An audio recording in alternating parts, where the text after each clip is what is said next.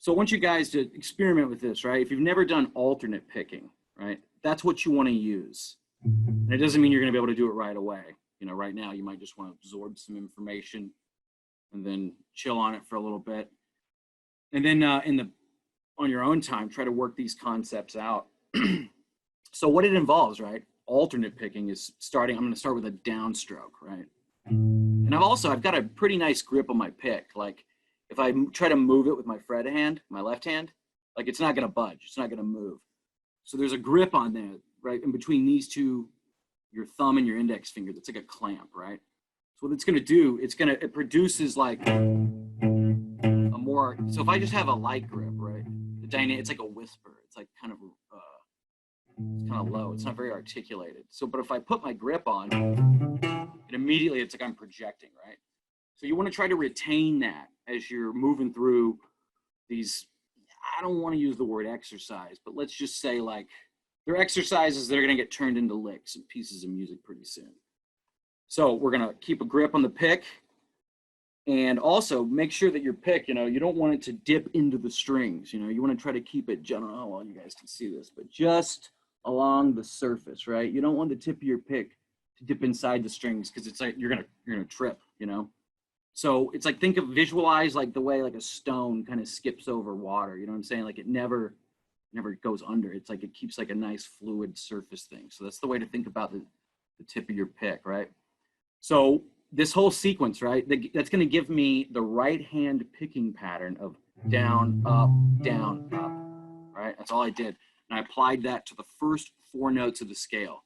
1, 2, 3, 4, down, up, down, up. I'm going to do the exact same thing with my right hand.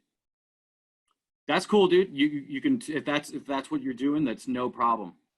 On the lower strings, one thing that's there was a fellow that was just saying like use mostly his fingers, and if you're like a fingerstyle player, totally fine. I mean, I would say one thing to experiment with if you're playing fingerstyle is, generally speaking, let me just take a second in case there's any other peeps out there ditching their pick today. But all this is like, you know, music is not, I don't like to think of anything as having hard and fast rules. It's kind of what attracts me to being a musician in the first place. You know, you kind of get to make your own. There's obviously certain parameters you got to follow, but a lot of it's just doing what you want. I mean, I don't think Jimi Hendrix or Eddie Van Halen would have gotten what they got if they just like followed all the musical rules. You know what I'm saying? So, but having said that, right? Think about, as a general rule, like using your thumb for the bass strings, i.e. 6, 5, and 4, you know?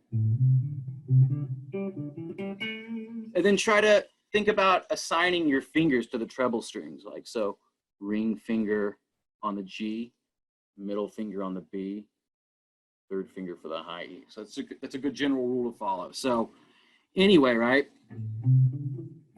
Or also too, alternating your fingers, you know, using essentially like your index finger as the downbeat or the first note, and then your middle finger as the second note, you know, kind of like